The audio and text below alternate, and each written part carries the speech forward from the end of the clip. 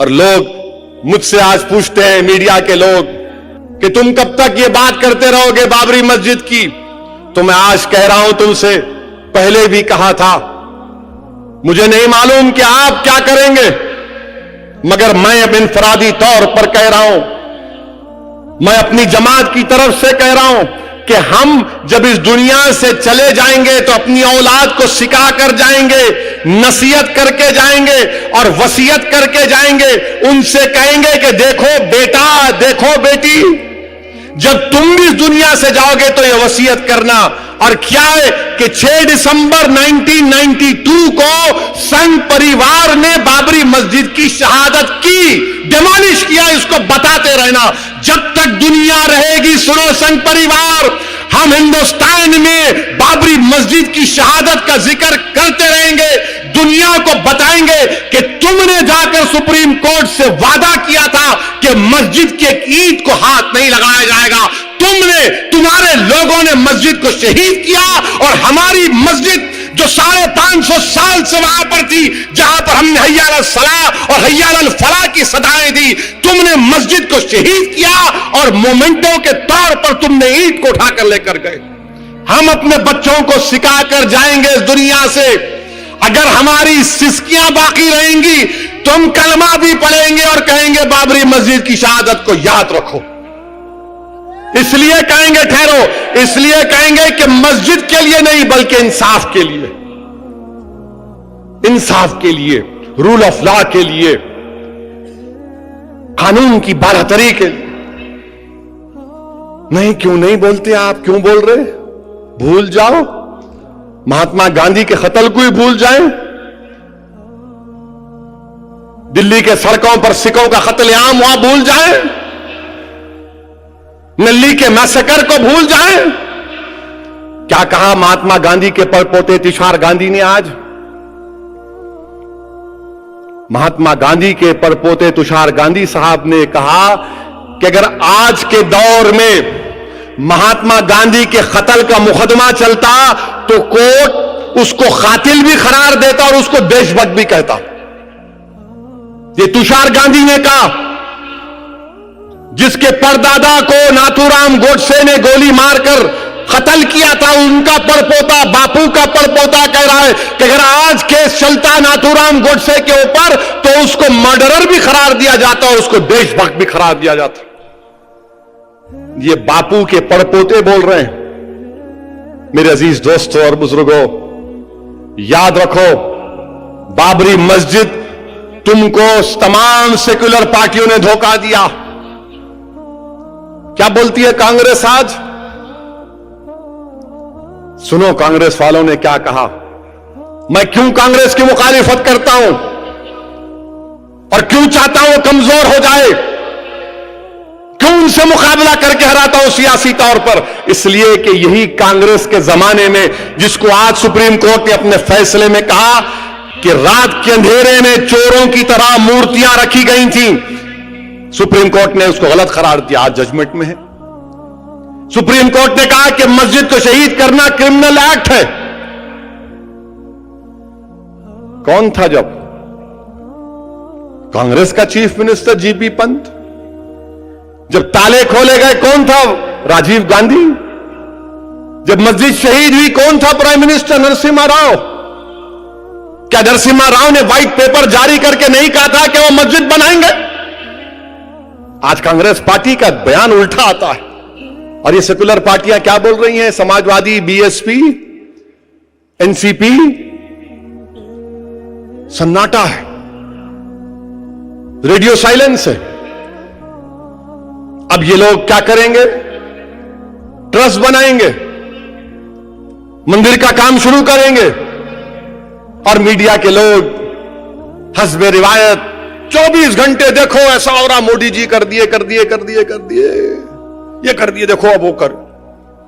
ارے media کے میرے دوستو، تمہاری نوکریاں چلے جا رہی نا بچوں کی، وہ بھی تو خیال کرو۔ یہ جتنے کیمرامین کھڑے ہوئے ہیں میری بات سے متفق ہوں گے، ڈر ہے ان کو کہ جنوری آئی تو نوکری چلے جائیں گی۔ میرے عزیز دوستوں اور بزرگوں، یہ ان شارٹ یہ چیز کی وجہ سے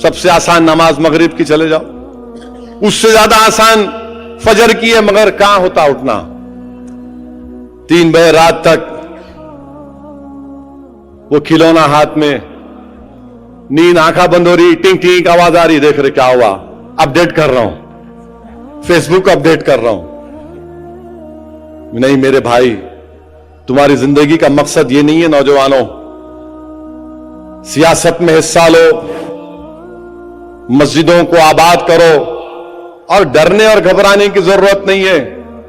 انشاءاللہ تعالی ابھی این آر سی لاتے بول رہے, مودی صاحب بول رہے کہ سٹیزن امینڈمنٹ بل لا رہے. انشاءاللہ مودی صاحب ہم آپ سے وعدہ کر رہے ہیں کہ آپ جتنا بھی آپ کی سازشیں حکومت کرے گی, ہندوستان کے 17 کروڑ مسلمان, ابھی ختم نہیں ہوا کرکٹ میچ, بیٹھو تھوڑی دیر ٹھہرو, فجر نہیں مس ہوتی, ٹھہرو.